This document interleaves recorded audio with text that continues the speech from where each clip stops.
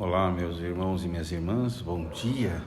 Sejam todos bem-vindos e bem-vindas a este domingo da solenidade da Assunção de Nossa Senhora. Ela que foi eleita por Deus para ser a mãe do nosso Salvador, Jesus Cristo. Hoje é celebrada a Assunção, onde ela foi elevada para os céus por seu Filho, Jesus Cristo. E aí, nós vamos mais uma vez pedir pela graça, pela bênção, pela ação da misericórdia de Deus, para que nós possamos celebrar dignamente todos os santos mistérios que nos cercam através das ações de Maria, do seu sim, e principalmente depois das ações de Cristo, que veio para nos resgatar da morte e nos levar para a vida. Nós estamos em nome do Pai, e do Filho, e do Espírito Santo. Amém. Então vamos iniciar com a proclamação do Evangelho.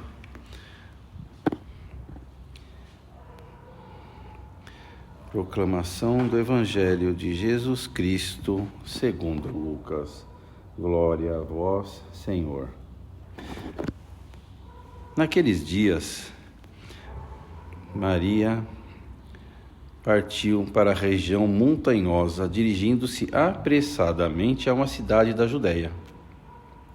Entrou na casa de Zacarias e cumprimentou Isabel. Quando Isabel ouviu a saudação de Maria, a criança pulou no seu ventre e Isabel ficou cheia do Espírito Santo. Com um grande grito exclamou: Bendita és tu entre as mulheres e bendito é o fruto do teu ventre. Como posso merecer que a mãe do meu Senhor me venha visitar?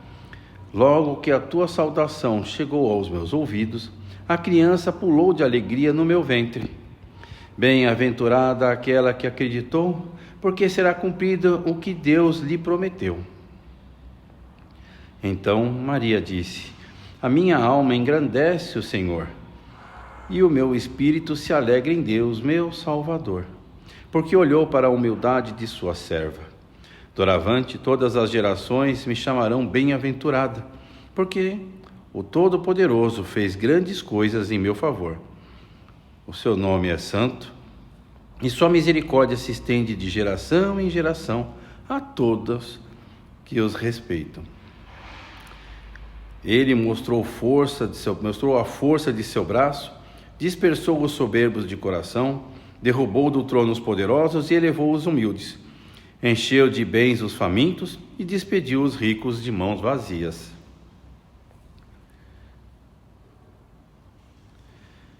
Socorreu Israel, seu servo, lembrando-se de sua misericórdia, conforme prometera aos nossos pais, em favor de Abraão e de sua descendência para sempre. Maria ficou 3 meses com Isabel, depois voltou para casa. Palavra da salvação, glória a vós, Senhor.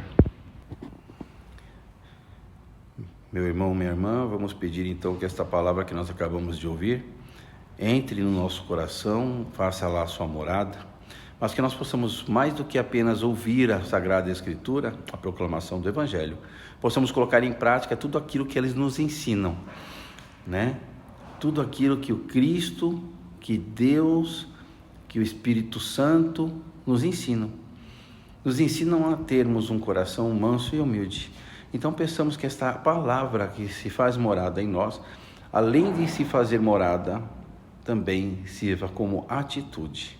A mesma atitude que nós vamos daqui a pouco, na homilia, colocar nas práticas de Maria.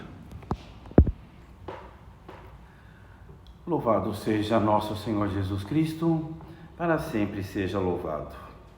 O Evangelho de Lucas, ele vem nos fazer um convite a nós nos convertermos e observarmos o que a Sagrada Escritura nos diz.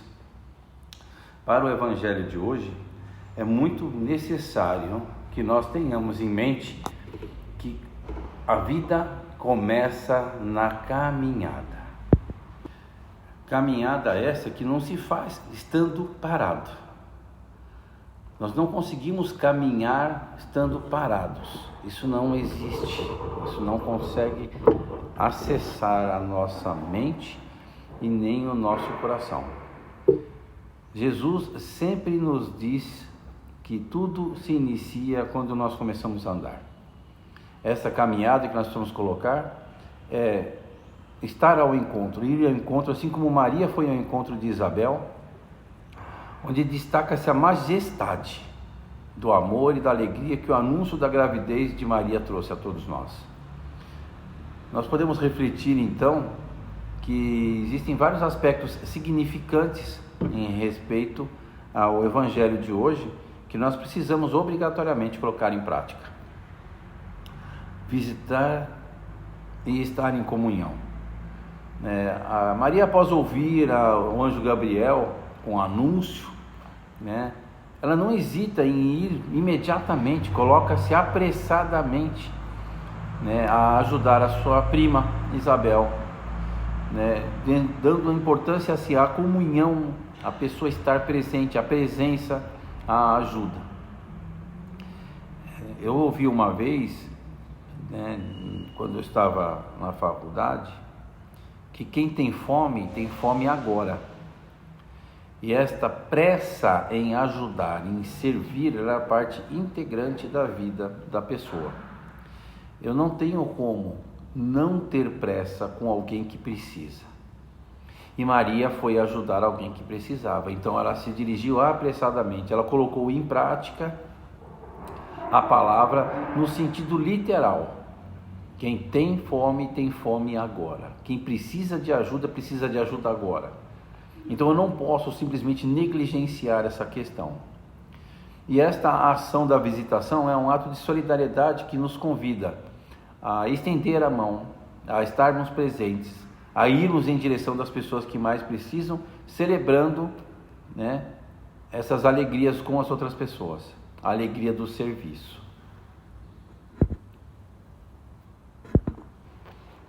Precisamos também compreender que esta alegria do serviço, ela é espiritual, A gente não tem como sair alegre se nós não estivermos unidos ao Espírito e nós não estivermos unidos à Santíssima Trindade.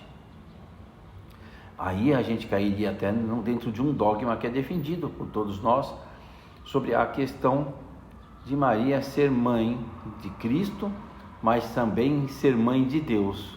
Porque se a Santíssima Trindade, que é Pai, Filho e Espírito Santo, são uma pessoa e três simultaneamente, ao mesmo tempo, concomitantemente, Maria também pode ser considerada como mãe de Deus. Mas esse é um momento de profundo regozijo das pessoas, principalmente em Isabel, em reconhecer que Maria está trazendo dentro dela o nosso Salvador Jesus Cristo.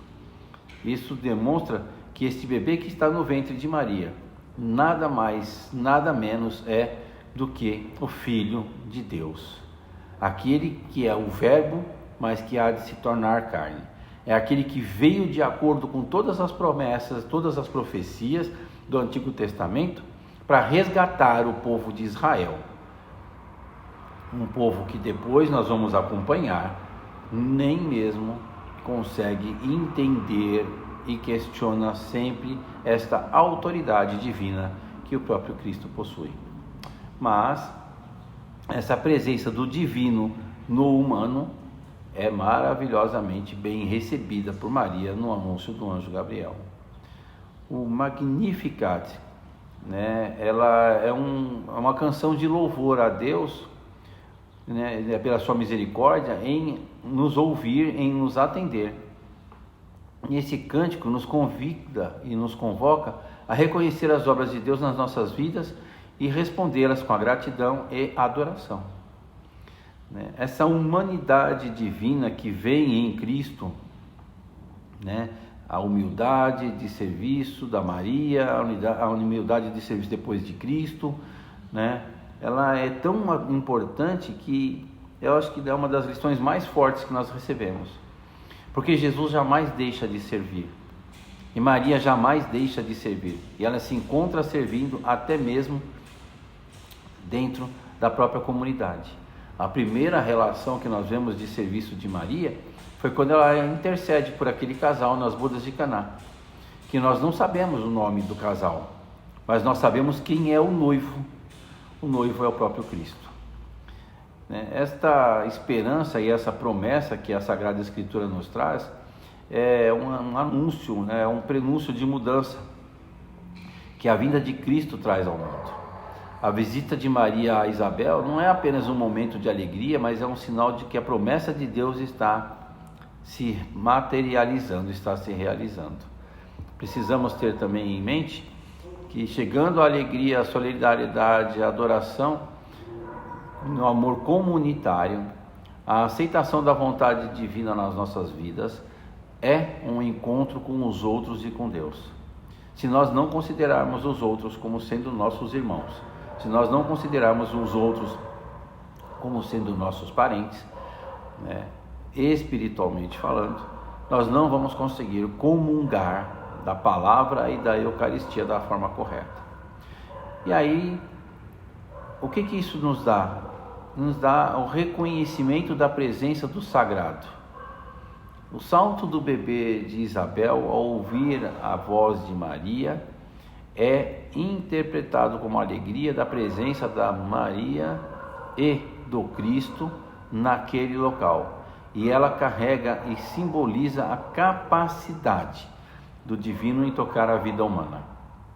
Como eu acabei de falar, é o verbo que estava desde o início, que agora se torna carne. E aí nós precisamos entender que isso ressalta a ideia de que a mensagem de Jesus e a graça de Deus tem um impacto imediato, até mesmo antes do nascimento. A alegria e o regozijo da reação desse bebê, de Isabel, que nós sabemos que é João Batista, ela representa a alegria que vem com o momento da chegada do Senhor. Todas as vezes que nós participamos da Santa Missa, que nós olhamos o altar do Senhor, naquele momento da consagração, nós sabemos que é o próprio Cristo quem ali está, e aquilo nos preenche por completo. O cristão, ele não sai da missa, ou não sai da celebração mudado, se ele não estiver de plena comunhão com o sagrado. Por isso que muitas vezes a gente ouve, quando eu era isso, eu não sentia, agora eu encontrei. Você nunca procurou. Nós somos cheios de espiritualidade quando nós precisamos. Mas e quando nós não precisamos? Nós buscamos o sagrado? Essas profecias, as revelações que nos trazem, é que o próprio bebê João Batista está em sintonia com a missão que ele vai ter mais tarde que executar.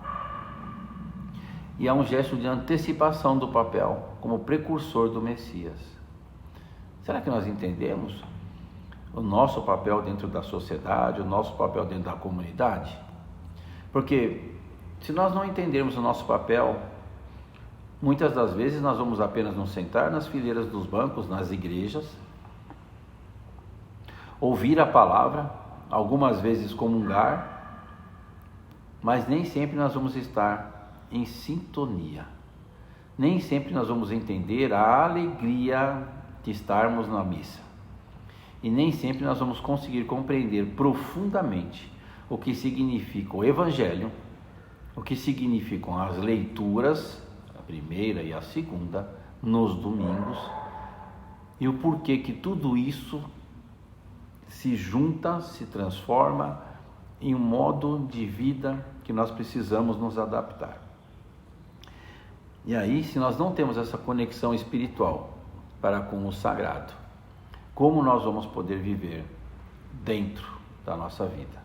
Essa conexão espiritual que existiu entre Maria e Isabel, que eram mães e tinham filhos, estavam carregando seus filhos, é uma interação que simboliza a profunda conexão espiritual entre as mães e os filhos. É uma conexão que apenas é dada às mães e aos filhos, que sabem valorizar, que sabem conceder, que sabem doar-se ao extremo, porque nós sabemos que a mãe doa-se ao extremo, e que as dores do parto, né, são extremamente fortes, né, dolorosas, mas a alegria da chegada daquela nova vida que apenas a mulher tem a condição de gerar, junto com o Criador, é a alegria plena na sequência. Então a alegria ela pode vir depois de uma grande dor, com certeza. Então tantas vezes nós nos sentimos tristes, mas se nós colocamos na mão do Senhor e do nosso Salvador essas nossas tristezas, essas nossas mazelas, essas nossas culpas, esses nossos pecados, Ele nos abraçará e vai nos perdoar, nos conduzindo a esta alegria, que é uma alegria plena. E esse simbolismo expressa não só a alegria da encarnação de Cristo, mas também ecoa com a esperança e o compromisso que a vida de seus primórdios está marcada pela ação de Deus na sua obra de salvação. A história de João Batista ela está intrinsecamente ligada, entrelaçada com a mensagem de Jesus desde o início da sua vida, refletindo temas e propósitos que se estendem ao longo do ministério de ambos. Mas a gente precisa ter em mente que nós também somos muitas vezes João Batista, onde nós precisamos preparar o caminho dentro da nossa própria casa para os nossos filhos, de modo que nós evangelizemos eles e o coloquemos principalmente no caminho da vida e da salvação. O reconhecimento do que é sagrado e do que é profano, e aí eu poderia enveredar por aquelas passagens onde a gente sabe que nós cristãos não devemos estar em qualquer lugar, que nós não devemos ouvir qualquer coisa, não devemos assistir qualquer coisa, não devemos presenciar qualquer coisa, mas nós devemos estar em comunhão com todas as pessoas. Mas que nós devemos fazer assim como Cristo fez com as pessoas, fazer com as outras pessoas se acheguem a nós, se acheguem ao nosso estilo de vida, assim como Cristo fez com os outros. E a mensagem de conversão, que é sempre, o Evangelho é sempre conversão, é mudança. Eu acabei de citar as bodas de Caná, onde os homens sabiam que era a água que eles tinham colocado, mas que no caminhar aquela água se tornou um vinho, e o melhor dos vinhos. Mas que nós, na nossa imperfeição, que são as 6 talhas, a imperfeição, no caminhar tem que se mudar, tem que se transformar, tem que se converter. E aí existem vídeos na internet, ou pelo menos um que eu vi uma vez, que apenas o poder de Deus, através de Cristo, teria a condição de mudar água em vinho. Mas isso é uma outra história, porque esta transubstanciação, ela é possível para a força de Deus. E aí eu convido a quem tiver interesse em assistir esse vídeo, de buscá-lo na internet, onde um físico nuclear explica como é possível transformar água em vinho, e que apenas uma pessoa, naquela época, porque ainda hoje é difícil de ser feito, conseguiria fazer isto. E no final do vídeo, mais espantosamente, ele diz o nome dessa pessoa, e ainda diz que era necessário a energia de todas as estrelas das galáxias para fazer aquilo, e Jesus fez sem nem mesmo se cansar. Fica então aí a reflexão do poder de Deus sobre todas as coisas.